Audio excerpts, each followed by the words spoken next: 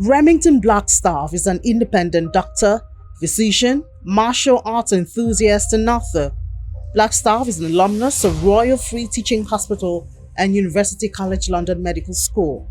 His untold stories in hospitals, homes, police stations, His Majesty's Prison Service, the military, and others have served as an inspiration for his works.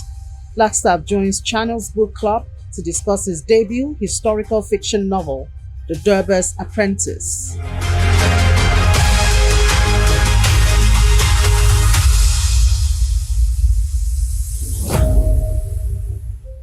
Remington, thank you for joining us on Channel's Book Club all the way from London. It's great to have you here. Thank you very much for having me. I do know that Remington is not your real name. It's your writing name, your pen name. But I like Remington, so I'm going to stick with Remington, right? Great. That's fine by me. Wow, what a book you've written, The Durbars Apprentice. We are coming to this book, which on my list of favorite books, this has shot up. Really shut up. I don't want to tell you the number I've placed it, but it's really shut up. High up there, high up. Well done. Thank you. Great job you did. Great job. I was just gripped by the book. The story is interesting, is exciting. I like a bit of drama with action, with history, all mixed up together. Learning 17th century northern Nigerian history, exciting, using that as context, and the very interesting characters in your book, Master and Isa and the rest of them. Well done. Thank you. But we'll come back to The Durbars Apprentice, your book. But a little bit about, yourself. Doctor turned writer. What happened? Well, I'm still a doctor for my sins. But let me start off by saying I blame my wife in the nicest possible way. So we've been married for, I have to get this right, otherwise I'm in trouble. We've been married since 2016, and I met my wife abroad. She's also an African. But not from Nigeria. And we met in Latin America. And I used to write her long emails when we were living apart. I was volunteering there as a doctor, briefly. We stayed in contact. I'd write her long emails. And then when she moved to the UK, we became husband and wife. She said, "Oh, you used to write me such lovely emails. You should try writing. I think you'd be good at it." A couple of patients I'd seen saying, "Oh, doctor, you've worked in healthcare, you've worked in prison, you've worked in professional sports. You should write a book." Of course, I didn't take them seriously. But once my wife said it, I thought, okay, this is a smart and beautiful woman. Let me listen to her. Anyway, long story short, third novel later, we have The Durbars Apprentice. Wow. So you had tried to write. You wrote 2 earlier ones, but never got them published. Mm-hmm. No. Wow. Remington, I love your book. I really love your book. I really love your book. Now, why did you pick this story? Take us on a bit of a journey. Why did you pick this story? And then for the viewers out there, I would like you to also introduce the book to them by sort of like just a very brief introduction of the book, so they get an idea of what to find, what they will find when they pick up the book to read. Mm-hmm. So I'd tried 2 manuscripts that got nowhere. I was trying a third one. I picked this fictional Nigerian origin doctor that lives in the UK. I thought, let me mix it with my mental health work that I do, a murder mystery. Anyway, my son was a few months old, and every morning I would wake up with him. My wife would deal with the nights. He was a terrible sleeper. And I'd hold him in one arm. I was trying to write this novel that I later abandoned. We'll get to that. And we had this big canvas of these Durbar horsemen that I bought from a market in Lagos. The name escapes me. It's a popular market. I bought this canvas. I'd had it spread out, and my son, the poor sleeper, would just stare at this picture every morning. And I remember texting a friend I went to university with. He's half Nigerian, and I said to him, I would love to write a story one day about these horsemen, a bit like the Knights of the Round Table, except they're Nigerian. And it'll be wonderful if one day my son, when he's old enough, could read this story, and that would be my kind of legacy to him, a love letter to him, a love letter to our heritage, because he is half Nigerian, he's a quarter Tanzanian, he's a quarter German, and I said to my friend, well, you know what? No one's going to read this story. let me just keep fumbling my way through my friend said, no. If you believe it, do it. Write it. Just write it. Don't worry about what happens afterwards. It will happen.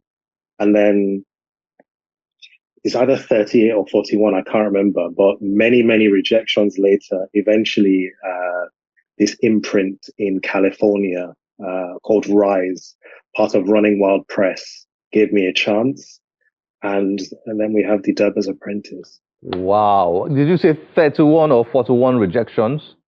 It's either 38 or 41. I'm trying to remember. I'm including the people who didn't even respond, so it's probably 41. Let's stick to about 40. So you had about 40 rejections. 40 publishers said no to you. 40 agents, independent publishers all said no. Yeah. They are not taking this book. And finally, so how is the book doing? Good question. I think it sold a couple of hundred, maybe 300 copies. There was early momentum. I'm learning every day how these things go. So it goes like this. But one thing I've learned is these things are out of your control as a writer. I'm not Will Smith. I'm not Michelle Obama. So you have to temper your expectations and just be at least happy that it's out there. And when people like yourself say, I love your book, that means a lot. Okay. So, I mean, somebody's watching. What's the book about, by the way? What's this book about? Let's get viewers introduced to the Durbars Apprentice. Yeah, so I'll do a kind of pitch, because that's something you have to get used to as a writer when you're trying to get agents or publishers to take you seriously. So I will pitch it as the Woman King, the movie, meets King Arthur of the Knights of the Round Table. So 17th century pre-colonial Nigeria. There's the central protagonist is a boy called Issa, who's an orphan former slave.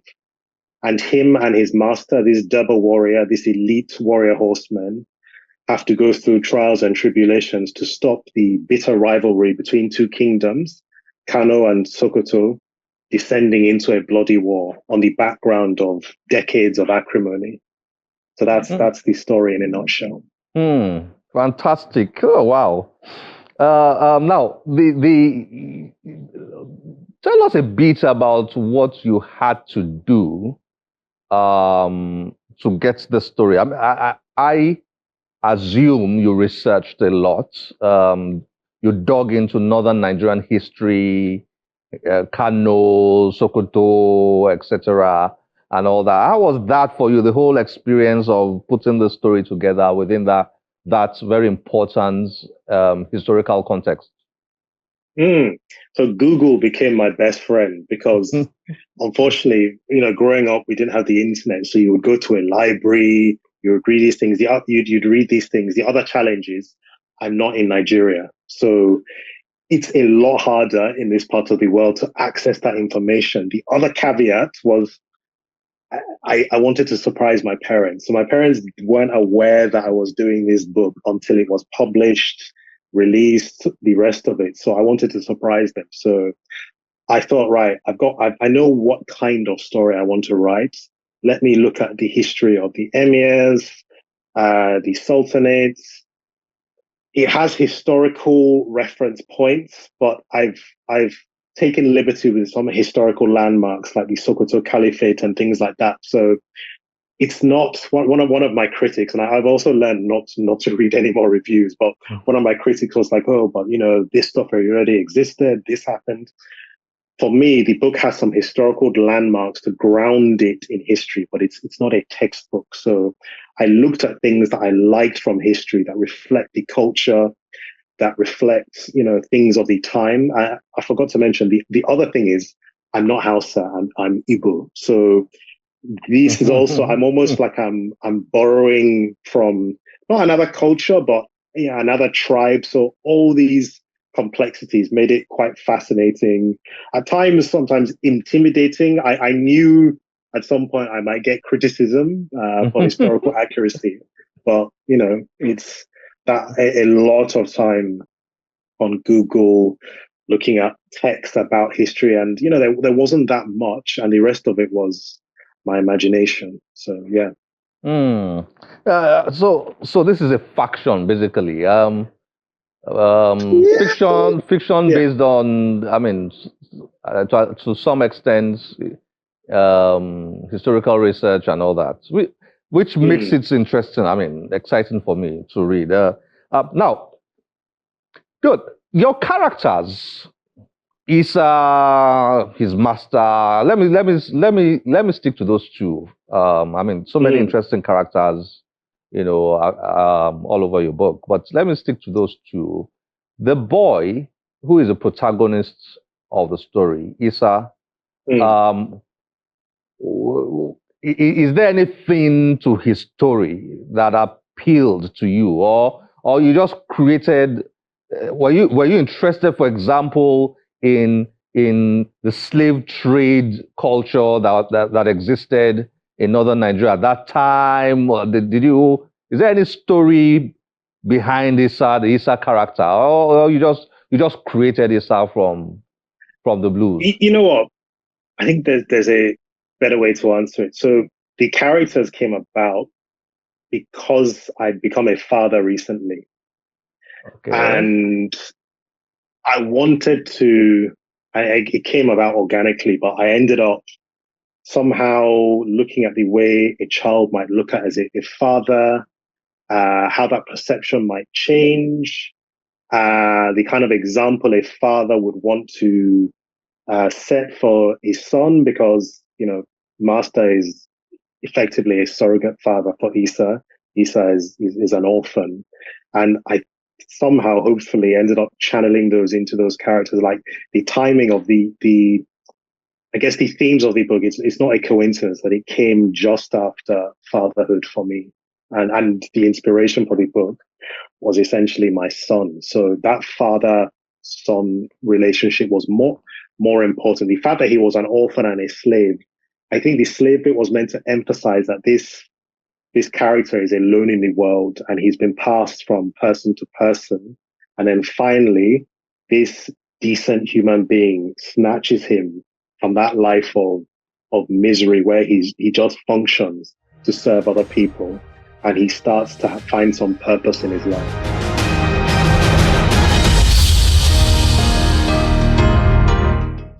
So take us through this book. You've summarized it here, but I'd like you to be a little bit more, shed a bit of more light on the book in terms of how it's structured, how many chapters, and then how, sort of like the story evolves without being entirely detailed, because I will like readers to go and find this book and read. Don't tell them everything inside it.